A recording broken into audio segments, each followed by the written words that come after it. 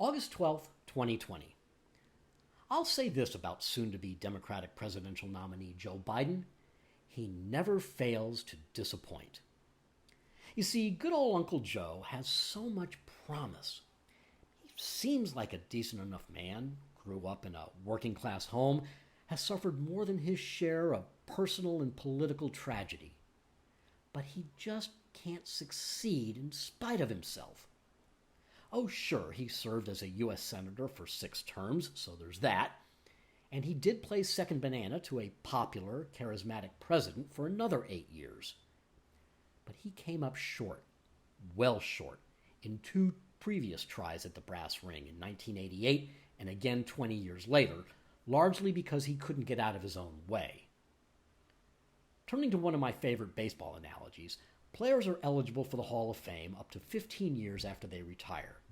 And I'm just not sure how you make a case that a player had a better career in retrospect with the passage of time. The result, by the way, is plenty of Hall of Famers getting chosen for immortality because the competition is weaker in some years than in others. Because baseball writers are lazy. Likewise, I fail to find Joe Biden any more compelling in 2020 than he was in 1988 or in 2008. He just had the benefit of competing against a weak field in a year when a truly strong candidate should easily sweep into the White House. Among that weak field is Biden's choice for Veep. I've devoted 2 full episodes of these essays to the junior senator from California, one in January 2019 when she announced her candidacy, and the other barely 11 months later when she realized that no one other than herself thought she'd make a dandy commander-in-chief. I've listed her many political shortcomings, which primarily boil down to the fact that Kamala Harris doesn't stand and has never stood for anything. My senator will say and do anything for any audience to win their favor, and she'll never be pinned down on a guiding philosophy of governance or leadership. To say that Senator Harris goes whichever way the wind blows gives a bad name to gales. The wind is actually fairly predictable depending on where you live. In that respect, Kamala Harris is nothing more than a younger Hillary Clinton. Rather than building a career fighting for something, anything she truly believes in, she is focused only on her own political fortunes.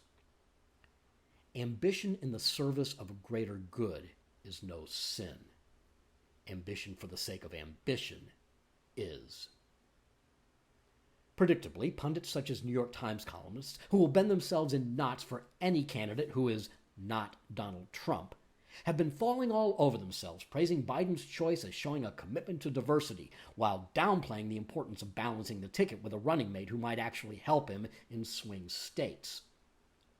No doubt these same apologists would be falling all over themselves, claiming that Biden had made a great choice to do exactly that if he had decided to share the ticket with someone like Stacey Abrams, or, God forbid, a Republican like any of the 3 I mentioned back in January. Biden's choice for running mate, like so much of his career, betrays an utter lack of imagination that, combined with his habit of saying really stupid things, demonstrates why he fell short each of the last 2 times he ran for president. And just like those baseball Hall of Famers who get elected in their 8th or 10th year of eligibility, Joe Biden hasn't gotten any better with age. The Democrats have just gotten lazier. And unless something causes me to change my mind in the next 83 days, I'll sit out this election, thank you very much, just as I did in 2016. Because, sorry, it's not enough to get me to vote for someone just because he's not Donald Trump. You have to give me a reason to vote for you.